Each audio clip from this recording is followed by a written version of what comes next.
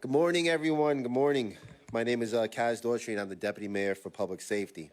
I'm proud to be joined here today by Mayor Eric Adams, the NYPD Police Commissioner Jessica Tisch, New York State Senator Roxanne Prasad, New York City Council Member Mercedes Narcisse, and members of the Brooklyn community, including Mohammed Razvi, the CEO of the Council of People's Organizations. We are here today to announce a major step forward in our mission to keep New York City safe, orderly, and livable. Let's be clear, public safety is about more than just crime statistics. It's about what people see and feel when they walk out their front door. If you ignore these issues that make people feel uneasy or less safe, like illegal vending, open air drug use, blocked sidewalks, trash piling up where it doesn't belong. Remember your days back in the days? You send a message that anything goes. Under the police commissioner and Mayor Adams' leadership, those days are over. Today's announcement is about expanding efforts that have already proven successful in turning problem areas around. Efforts like guided strategy, precision, and most importantly, input from the people who live and work here. This is what public safety looks like in a city that listens to its residents and takes action. With that, I'd like to turn it over to Mayor Adams. Thank you. Thanks so much, GM Daughtry, and really thank to our partners behind us, both our councilperson and the state senator, and community residents. I recall back when I was running for office, I walked the streets in this community on 105th Street by the L line, and they pointed out the trash, the concerns, and we wanted to zero in it on the ground. And the commissioner came up with this real important concept and philosophy of QSTAT that she would go through of about how do we go to the quality of life issues. We have been successful in bringing down crime. Now we need to match it with people feeling safe. And one thing that Canari would tell you about often, abandoned vehicles. And it is just taken far too long to identify those vehicles and move them off the street. And that's what QSTAT is about, is going after the quality of life issues. We know that the last 5 months, and really the last 5 quarters, but the last 5 months in general, specifically, we've decreased the amount of homicides and shootings and the lowest in recorded history of the city. We know that many of the 7 major crimes have decreased substantially. In our subway system, crime has decreased substantially. We know all of these wins, but if it does not translate into how people are feeling, then we're not reaching a target that is important to us. And that's what QSTAT and quality of life pursuit is about. When you look at the vending, the substance abuse, abandoned vehicles, illegal mopeds, all of these items play into the feeling of being unsafe. We crushed last week thousands of illegal bikes and mopeds and four-wheelers. Our goal is to continue to go after those quality of life issues. In the first 60 days of the pilot, it has been a resounding success. Hats off to the men and women who are part of the quality of life team. And when you look at it, the division, the quality of life division has answered the call from our communities more than 7,500 times, handling thousands of 911 and 311 complaints for quality of life related offenses and made more than 350 arrests, 6,100 summonses, and removed hundreds of illegal parked vehicles. We are dealing with this on the ground level, and we know how important it is. And so today, the commissioner is going to be talking about the expansion. Once the pilot has proven successful, we're now going to expand, and she'll go over to those areas that we're going to expand throughout the entire city. This is a winning solution, QSTAT, being built off the successful CompStat. It is a way to monitor and ensure the success that we're looking for on the ground. You know, you always say if you don't inspect what we expect, it's all suspect, and that's why we're going to inspect every aspect of dealing with our quality of life issues. So I want to turn it over to the commissioner to go into details of what this expansion is going to look like. Job well done. Good afternoon. Thank you, Mayor Adams, for your leadership and for your ongoing commitment to making New York City safer for everyone. 2 months ago, we launched the NYPD's Quality of Life Division to confront the daily problems that have plagued our communities for years, and that chip away at people's sense of safety.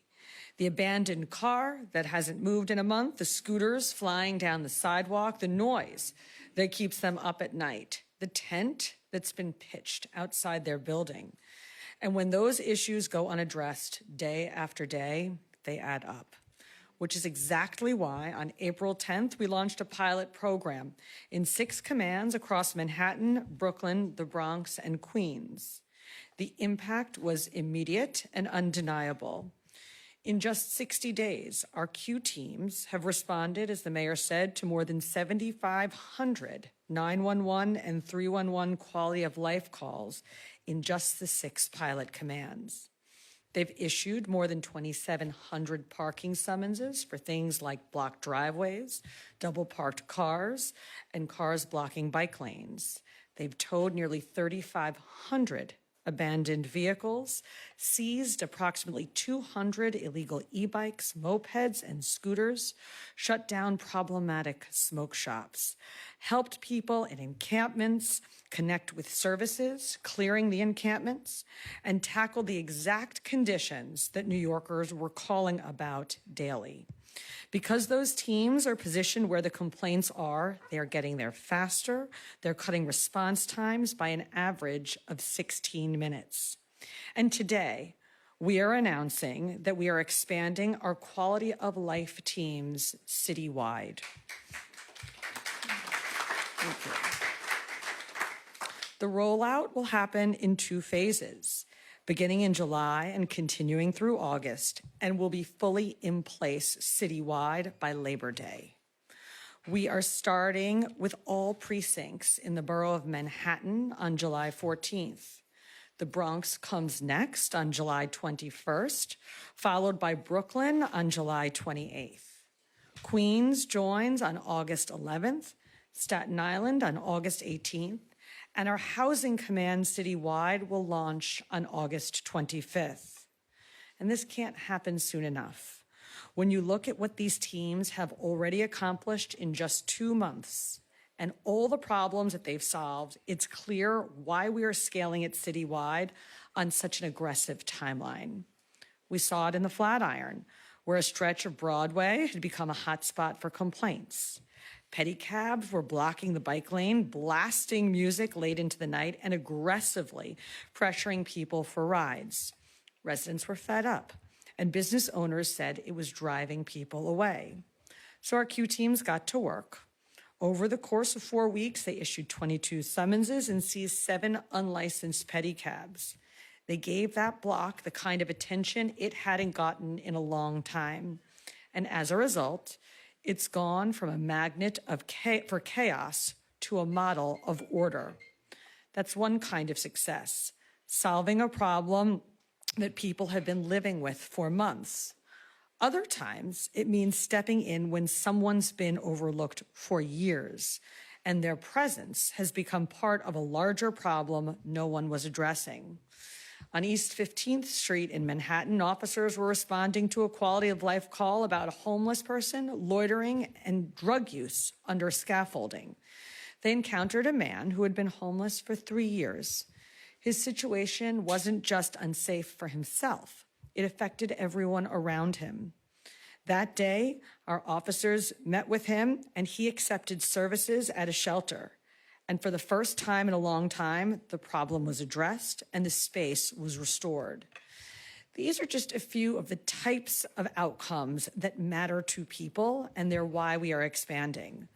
But I know that some have questioned what this approach really means. I've heard the critics, and I've read the headlines. Some have called this a return to zero-tolerance policing, but that is a fundamental misunderstanding of what we're doing here.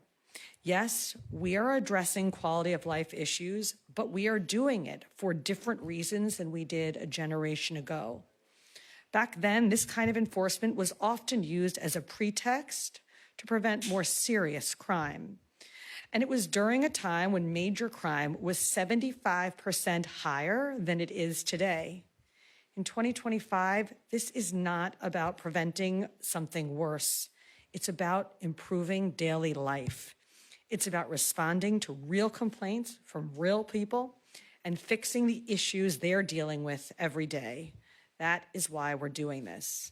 Because the vast majority of New Yorkers haven't been the victim of crime. Most haven't even witnessed one. But what they've lived with is something harder to measure. The gradual breakdown of the things that make a neighborhood feel like home. So this isn't about making arrests, it's about making a difference. And let me be clear, our commitment doesn't end here.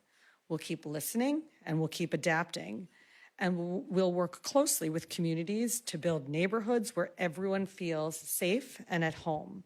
I want to thank Mayor Adams again for his unwavering support of the men and women of the NYPD and for advancing our commitment to improving quality of life across every neighborhood in this city. Thank you. Now, I'd like to invite Mr. Mohammed Razi.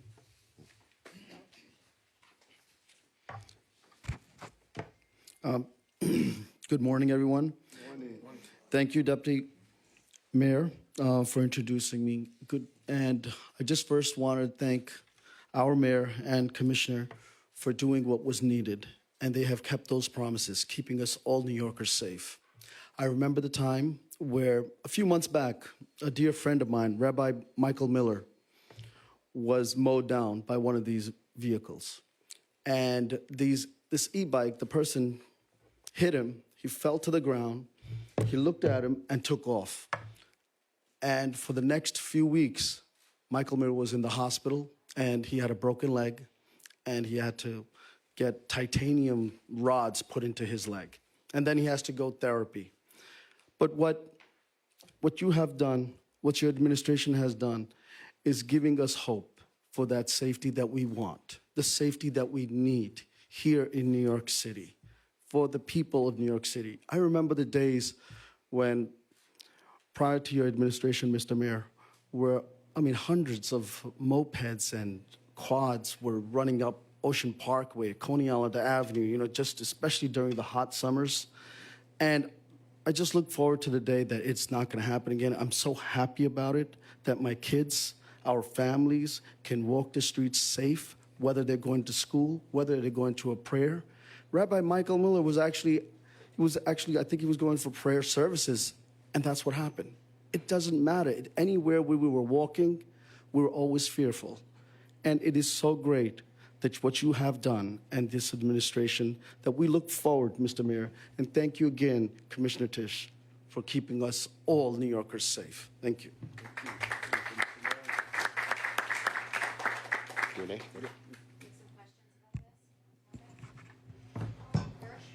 Well, the topic today, according to the sign, is reckless driving. And as you know, Mr. Mayor, you put out a tweet over the weekend that said you're going to remove 3 blocks of a protected bike lane in Williamsburg in the name of safety. I wanted to mention that since January 2024, on this roadway, Rockaway Parkway, between here and Belt Parkway, 155 people have been injured in 218 reported crashes, all of them by car drivers, including one 66-year-old pedestrian, Claude Blair, crossing Seaview.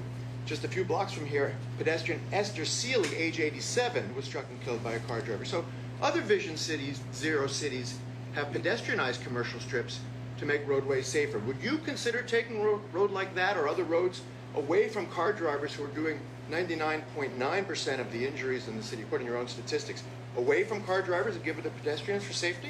What I would do is sit down with my electeds that are here. I will sit down with my civic organizations and groups. I will sit down with the advocates who speak, and together we will sit in a room and determine what's the best way to continue the success that we have been doing in the city. You gave me some important stats. You missed a stat, though. What are the fatality numbers in the city since this administration has been in place? About 200 people a year are killed by car drivers. Is it a decrease? Slight decrease. Slight decrease?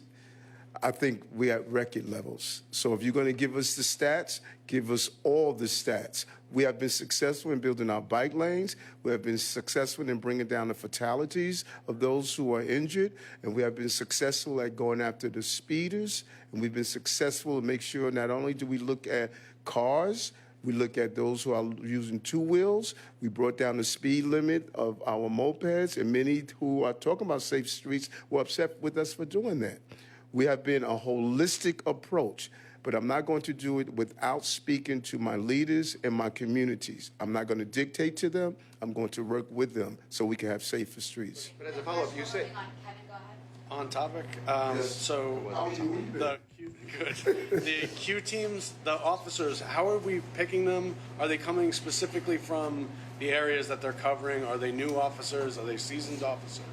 Have we hired more cops to fill up these Q teams? So the officers are coming from, generally in the Q teams, from within the command. They're just being reorganized inside of the command and refocused on being responsive to 311 complaints and quality of life complaints generally. Sometimes they do come in through 911. You know, the New York City Police Department has long been extraordinary at responding to 911 calls for service. This initiative is designed to make the commands responsive to 311 calls for service in much the same way they've been responsive for a long time to 911 calls for service. Just want to make sure, I don't know if anyone got that we have amazing Senator Prasad has joined us as well. This is her senatorial district. That's all the time. I have a question. I wanted to ask you about the Canari Ferry. I know as a borough president, you promised to bring the ferry.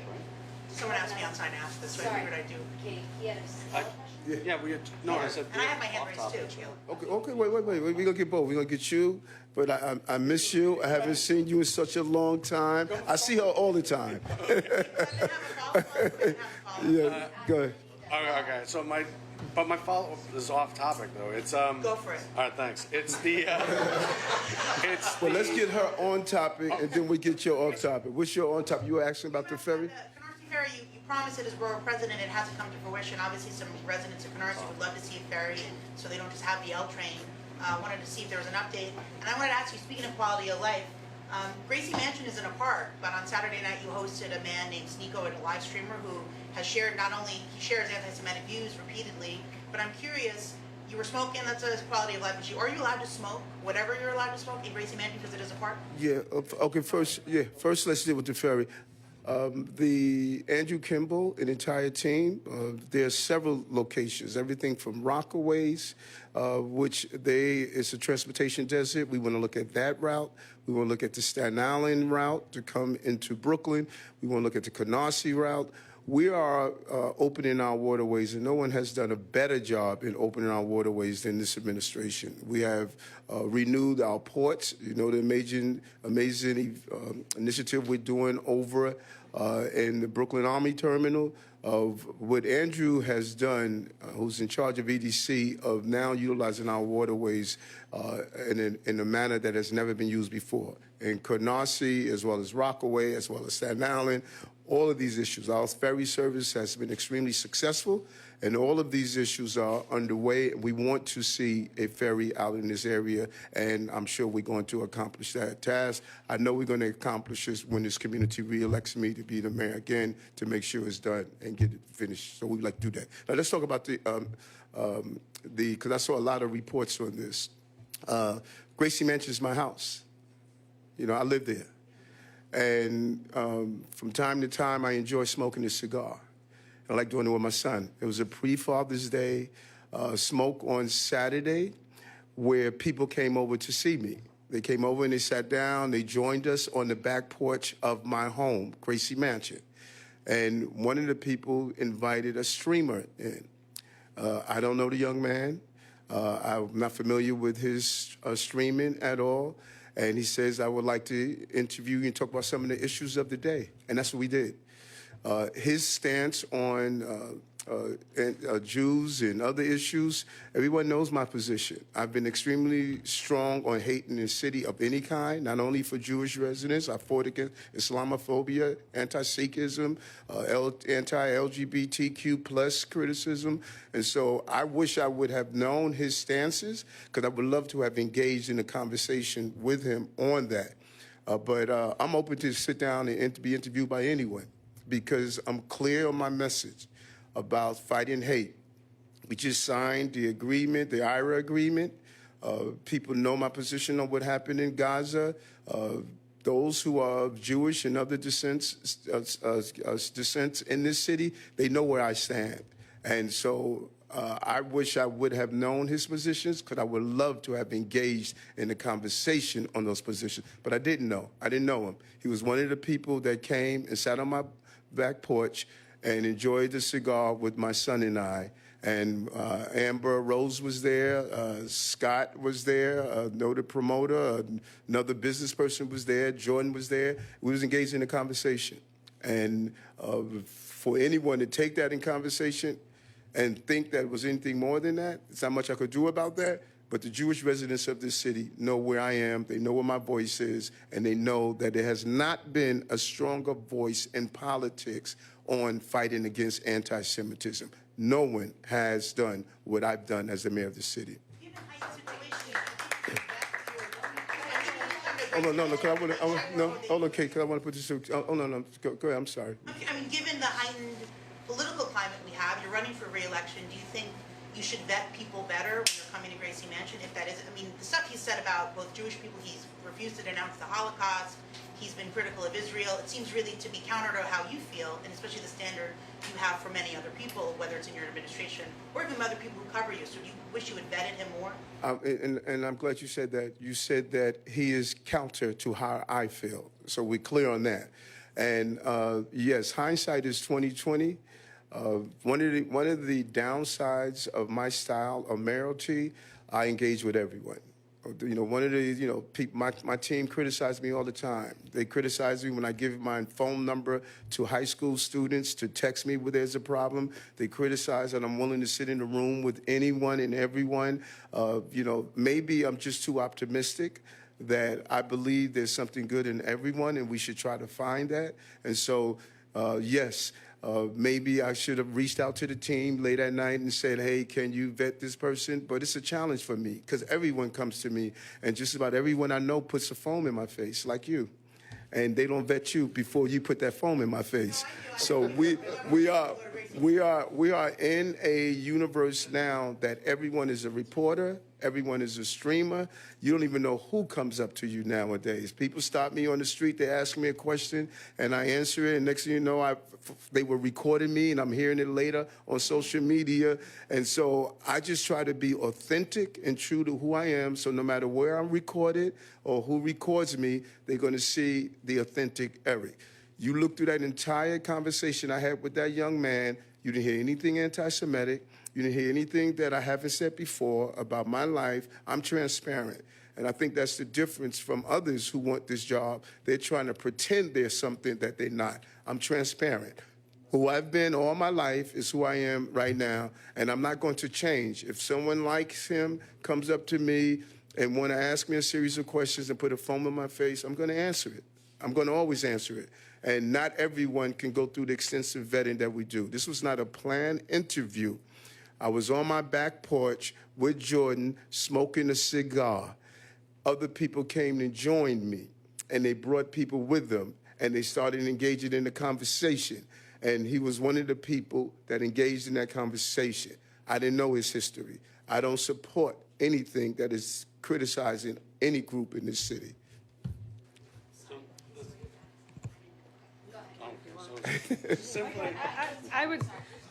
I'd just like to add something, less as police commissioner and more as a Jewish New Yorker.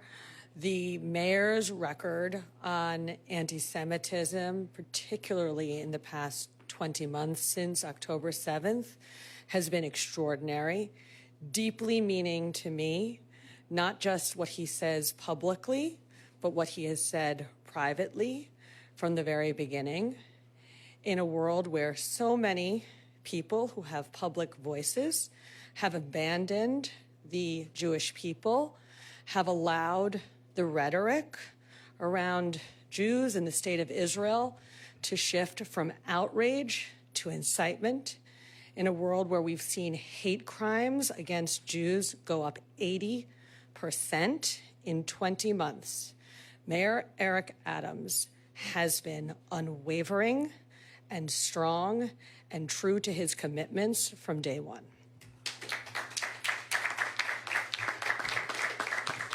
On that note, so I'm sure you've seen the president mention that he's going to flood Dem-run cities, our city, with large waves of ICE agents for the single largest mass deportation program in history. What input do you guys have? What do you know about it? Have you had meetings? What can you tell people about what's coming up? The commissioner and deputy mayor Daughtry will be communicating with the federal government and find out exactly what initiatives are going to take place. We're clear. We do not in any way collaborate with civil enforcement. We're going to always collaborate with criminal actions, like we did when we partnered to take down 27 gang members who were doing harmful things to undocumented people as well as documented people. And so we will dig into exactly what the next steps are, but I can't be clearer. The federal government is in charge of immigration enforcement. They are in charge of that. And we are not going to collaborate with civil enforcement. And we're going to encourage people to not live in fear and go on with their lives.